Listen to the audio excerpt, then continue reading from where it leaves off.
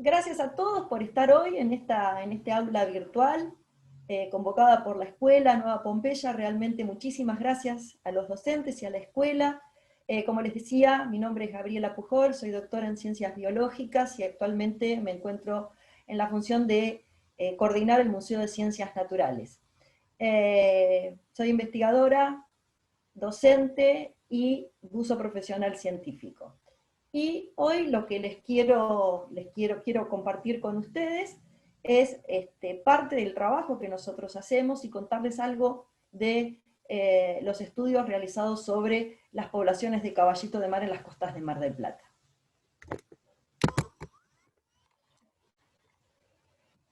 En principio yo quiero contarles que la presencia de los caballitos de mar en los mares del mundo se tiene data desde hace muchísimo tiempo y eso se ve reflejado en muchas manifestaciones artísticas de la más lejana antigüedad. Formaba parte de el carruaje de Neptuno, del dios de los mares, y hacían diferentes escudos heráldicos, y fueron de alguna manera esta presencia de este animalito tan diferente al resto de los peces y tan icónico, se fue de alguna manera presentando en diferentes manifestaciones artísticas. Así que la presencia de los caballitos de mar para la historia de la humanidad no es nueva, pero sin embargo, este animalito, que es tan diferente al resto de los peces, pertenece a un grupo, nosotros en biología le decimos familia, que se llaman signátidos. Estos signátidos tienen un montón de grupos que son realmente raros, son muy raros. Entre ellos están parientes del caballito de mar, están los dragones de mar, los peces, los que se llaman peces pipa o peces aguja, y algunos de los peces más pequeñitos, como son los caballitos de mar pigmeo, que tienen características muy, muy particulares, y en líneas generales son todos muy, muy bonitos, y tienen un atractivo muy particular tanto para la gente que tiene acuarios como para los acuarios de los museos y los oceanarios.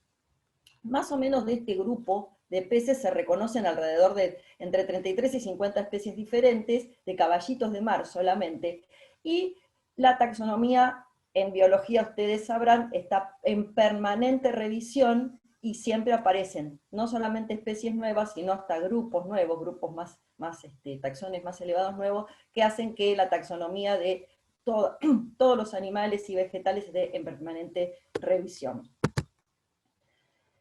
Yo les voy a contar un poco cuáles son las características biológicas de los caballitos de mar que los hacen tan diferente al resto de los peces. Pero en realidad los caballitos de mar son peces porque tienen, y es más, forman parte de un grupo que se llama peces óseos.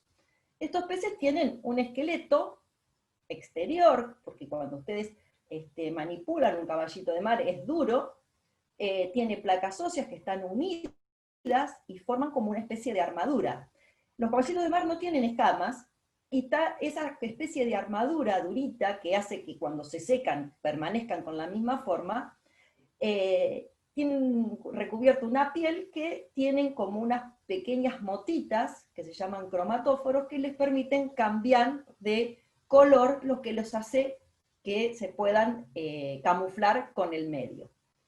La talla promedio, bueno, son peces porque obviamente respiran por branquias, tienen una vejiga natatoria, y la talla promedio, es decir, el tamaño que tienen, sobre todo los que tenemos acá en las costas nuestras, anda alrededor de los 11-12 centímetros. En líneas generales, los caballitos de mar están distribuidos en todos los mares del mundo y viven en general en una estrecha relación con el fondo del mar. En realidad, estas fotos que ven en esta pantalla son 3 caballitos de mar que habitan en la zona nuestra. En líneas generales, si ustedes pueden ver, sobre todo en la primera foto, son animales que se camuflan muy bien con el fondo. Esta foto que ven es una foto sacada en el interior del puerto, en la Escollera Norte, y por lo general se las encuentran en bajas densidades, es decir, encuentran pocos individuos por unidad de superficie, y son predadores activos, es decir, que están todo el tiempo buscando alimento para comer. Pero hay algo que es muy, muy llamativo de los caballitos de mar, y que le llama la atención a muchísima gente, y es su comportamiento. Su comportamiento reproductivo y las estructuras que intervienen en la reproducción de los caballitos de mar son bastante raras en la naturaleza. ¿Por qué? Porque es el macho el que tiene una bolsa, que se llama bolsa incubadora, en donde son depositados a través de la hembra los huevos y es el macho el que queda embarazado. Ese macho que tiene la pancita adentro, tiene los embriones, esos embriones se implantan dentro de esa bolsita y aproximadamente después de depende de la especie y la temperatura, pero aproximadamente entre 25 y 33 días nacen los caballitos de mar. Nosotros en el laboratorio pudimos recrear, digamos, reproducir todos los estadios reproductivos del caballito de mar. Desde su ritual de apareamiento, que es muy bonito porque se unen, hacen como una danza, se unen a través de sus colitas y hacen como un baile que dura a veces muchas horas. En la segunda foto pueden ver cuando la hembra le deposita los huevos adentro de esa bolsa incubadora al macho. Después, en la foto de abajo van a poder ver el macho con el pouch aumentado que está embarazado, los huevos que se depositan en los embriones y después los caballitos recién nacidos que tienen la misma forma que el adulto, pero en miniatura. Los caballitos de mar cuando nacen tienen aproximadamente el tamaño como de un granito de arroz, un poquito más grande. En líneas generales, dado todas también estas características que yo les conté, hace que las poblaciones de caballitos de mar en todo el mundo se vean severamente amenazadas. Más o menos desde el 80, de 1980, las poblaciones de caballitos de mar han disminuido en un 70%. ¿Y cuáles son estas causas? Las causas de la disminución son, en principio, la degradación del hábitat, es decir, las condiciones de los lugares donde habitan estos animales son ambientes que, por lo general, están siempre impactados por el hombre, a través de la pesca de arrastre, de la contaminación y de la captura manual de estos animalitos. Se calcula que aproximadamente 20 millones de individuos se derivan anualmente a los que se conoce como la medicina tradicional china. Ahora después le voy a contar un poquito con respecto a eso. Más o menos 1 millón al acuarismo, porque al ser tan vistosos y tan lindos, la gente los quiere tener en peceras, y 5 millones aproximadamente al negocio de las curiosidades, es decir, los recuerdos y los souvenirs que se hacen con caracoles y caballitos de mar disecados. La ciencia hasta ahora no ha descubierto ningún tipo de propiedad curativa que tengan los caballitos de mar. Esto se los cuento por el tema de la medicina tradicional china. Pero así todo, hacerles entender a una población que viene haciendo este tipo de prácticas desde hace tantos años es bastante difícil. Es por eso que nosotros hicimos en un momento con un grupo un relevamiento en diferentes, estas son fotos en Beijing, en Hong Kong y en otros lugares del sudeste asiático, en donde el caballito de mar es utilizado como medicina.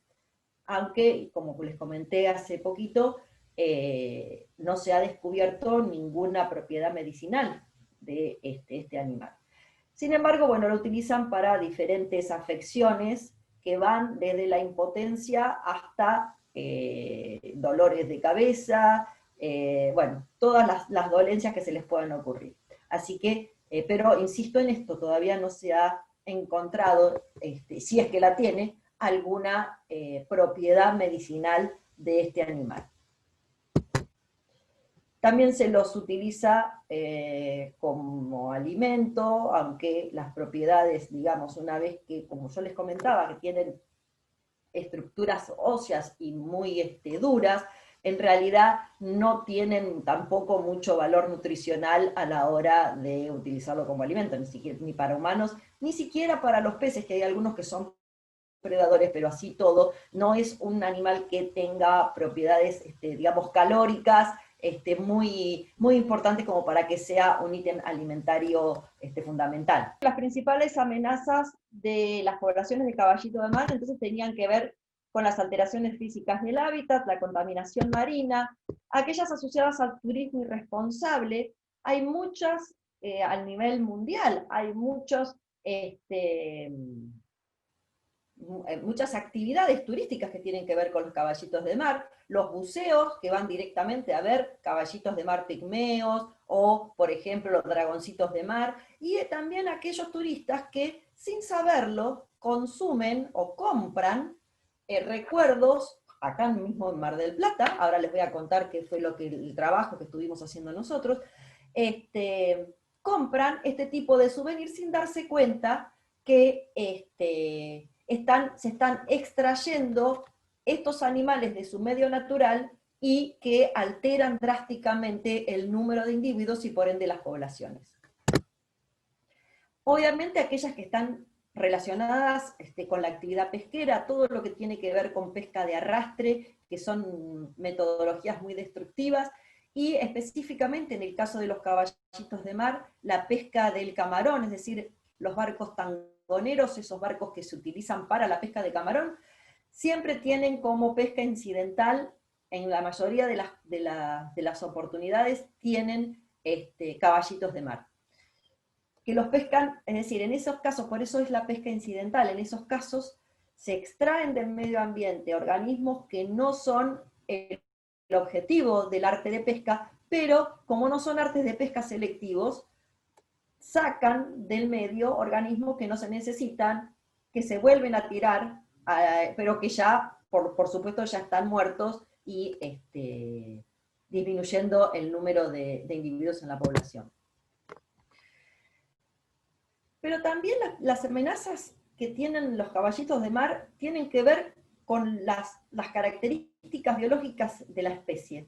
Que esto es lo que yo les comentaba. Primero que se presentan en muy bajas densidades poblacionales, que tienen muy poca movilidad, entonces no pueden irse todos juntos a colonizar otras áreas, tienen muy baja tasa de dispersión, una alta sensibilidad a las variaciones del hábitat, y encima de esto un valor comercial alto, porque hay poblaciones, hay comunidades enteras en el sudeste asiático que aún hoy siguen viviendo de la captura de caballitos de mar para ser vendidos en el mercado de las curiosidades y en el mercado del acuarismo y en el mercado de la medicina tradicional china. Y yo les quería comentar un poco qué significa esto, ¿no? El estado de conservación de una especie. Hay una agrupación internacional, que es la Unión Internacional para Conservación de la Naturaleza, que se encarga de estudiar, hay grupos de investigadores de cada especie o de cada grupo de animales y de plantas, que se encarga de realizar estudios poblacionales a nivel mundial para otorgarles estatus de protección. Ustedes se acuerdan, lo deben haber leído en algún lado, lo que son los libros rojos donde se encuentran las especies que están en peligro. De un tercio de las especies descritas hasta ahora de caballitos de mar, se encuentran con el estatus de vulnerables o en peligro de extinción. Y los 2/3 siguientes, que esto es lo más grave que ocurre cuando trabajamos en biología y en conservación, que no hay ni siquiera información. Es decir, los 2/3 restantes ni siquiera sabemos qué es lo que está pasando con esas poblaciones. Hay la Convención Internacional de Especies Amenazadas de Fauna y Flora Silvestre. Esta es la convención que trabaja en el comercio de especies. Ha incorporado a todo el género de los caballitos de mar, que es el género Hippocampus, en el apéndice 2, que significa que no se puede comerciar con estas especies a no ser que haya un estudio de base previo que así lo permita. En abril del 2010, acá en Mar del Plata, ahora vamos a hablar bien de esto que es bien regional, en Mar del Plata, desde un proyecto que sale del Museo de Ciencias Naturales y del laboratorio que dirijo, se presenta un proyecto en el Honorable Consejo Deliberante del municipio para declarar al Caballito de Mar monumento natural de la ciudad. Entonces, a partir del 2010, en nuestra ciudad, tenemos al Caballito de Mar como monumento natural. Y ustedes se preguntarán, ¿qué significa que sea monumento natural? Bueno, eso tiene algunas situaciones que nos hacen de alguna manera también poder utilizar estas situaciones como para, por ejemplo, como nosotros estamos protegiendo al caballito de mar, también estamos protegiendo el ambiente en donde habita el caballito de mar. ¿Se entiende? Eso es lo que, por lo general, utilizamos este tipo de especies que son emblemáticas, como para usarlas como especie bandera, para poder proteger no solamente a la especie, sino el lugar en donde habita. Existe una ordenanza, ¿sí? Promulgada, como les dije, a partir del 2010, que protege a las poblaciones de caballitos de mar en Mar del Plata.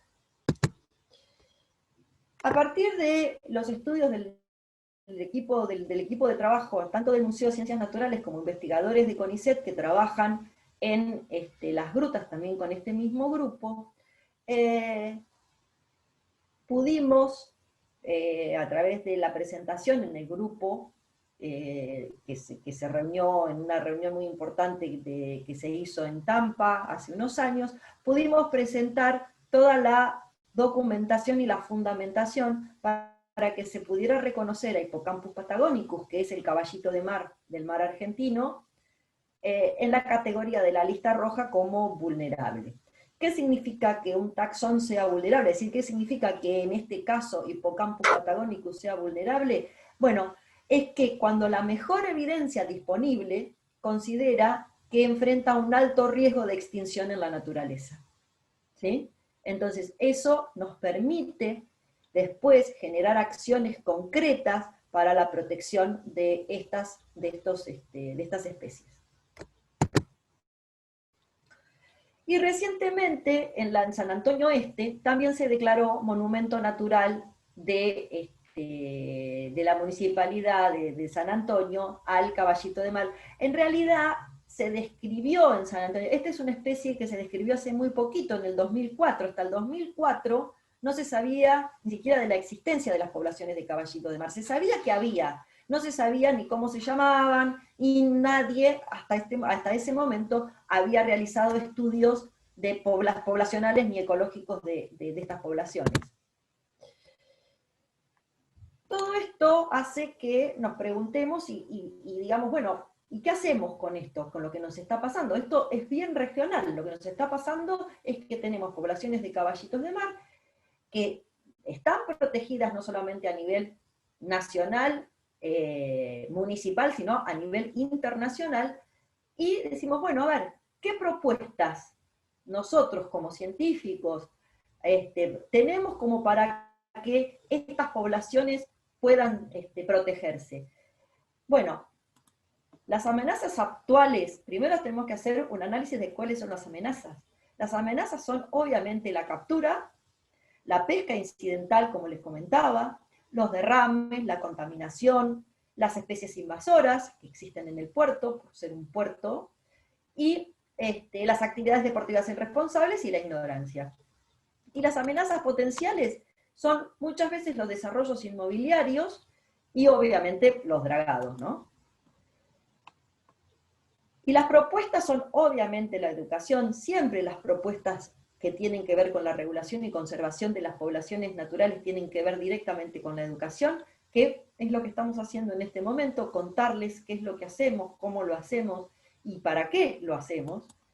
La investigación de base, es decir, todos los estudios para llegar a donde estamos hoy, se tuvieron que realizar muchísimos estudios de base durante muchísimos años, que se publicaron en revistas indexadas a nivel internacional, que nos leyeron otros científicos, que acordamos ciertas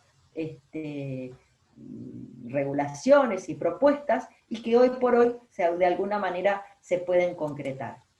Y de alguna manera, la propuesta de creación de áreas protegidas. Esto se los cuento porque es bastante reciente. a partir de la semana pasada, alrededor del 23 de septiembre de este año en curso, se firmó entre la Municipalidad del Partido de General Porredón y el Consorcio Portuario un convenio muy ambicioso, muy extenso, pero que nosotros, desde la Secretaría de Cultura y desde el Museo de Ciencias Naturales, participamos en el proyecto de creación de microreservas artificiales marinas en el interior del puerto de Mar del Plata. Esto es muy reciente, es muy novedoso, es yo creo que esto va a ser lo primero que se haga en la Argentina con respecto a esto. Y yo precisamente hoy quería compartirlo con ustedes porque es muy actual, es de la semana pasada esto que les estoy contando, y a nosotros nos genera muchísima alegría porque son muchísimos años de trabajo y que de alguna manera tenga alguna repercusión en las decisiones políticas es muy importante. ¿Y por qué esto, no? Del puerto, del interior del puerto de Mar del Plata. En el interior del puerto de Mar del Plata hay dos monumentos naturales. Los dos monumentos naturales de Mar del Plata tienen su asentamiento en el interior del puerto.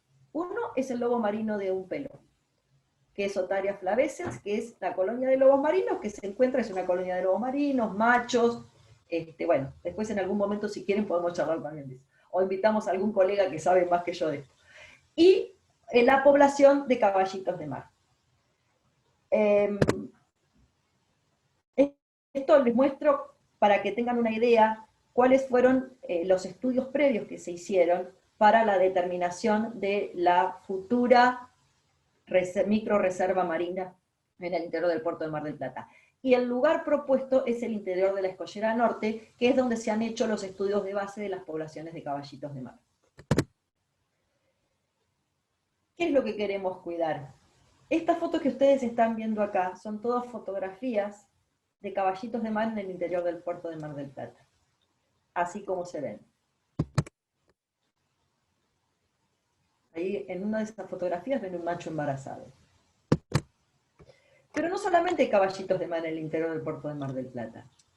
Estas fotografías que ven ustedes acá son toda la fauna asociada a la población de caballitos de mar, que es muy rica, es muy diversa y que también merece ser protegida. Todo esto que están viendo acá son animales y bueno, ahí se ven cangrejos, esponjas, estrellas de mar, anémonas, ascidias. Todos estos animales que ven acá son fotos que se sacaron en el interior del puerto de Mar del Plata. Cangrejos ermitaños, peces, calamares, diferentes peces.